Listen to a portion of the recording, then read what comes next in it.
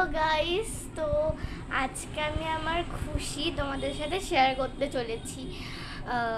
আমার বাবা আমার জন্য একটা খরগোশ নিয়ে এসেছে, আর আমি যেহেতু খুব অ্যানিমেলস লাভার, ওর জন্য আমি বাবাকে বলেছিলাম তুমি একটা আমার জন্য পেট ডগ কেনো, কিন্তু বাবা বললো তুমি তো এখন অতটাও বড় হয়ে যাওনি, তাই বাবা আমাকে একটা খরগোশ এনে দিয়েছে।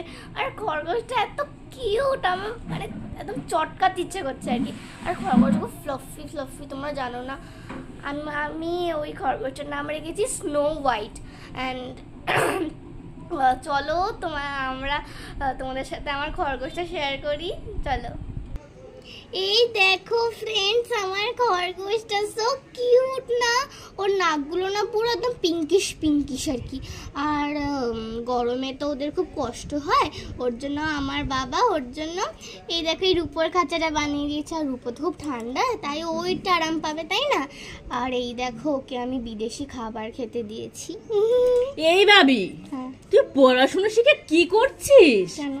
এটাকে তো খরগোশ বলছিস? তাই না? এ তো হাতির বাচ্চা, তুই কালার দেখেও বুঝিস না?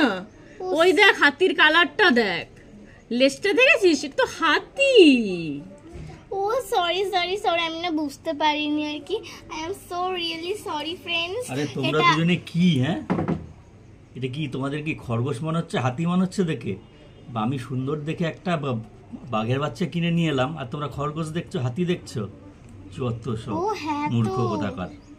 ওমা দেখো, ও হ্যাঁ, একটু কেশর বেরিয়েছে দেখো। হ্যাঁ, তুই দেখি বাবা, সো সুইট।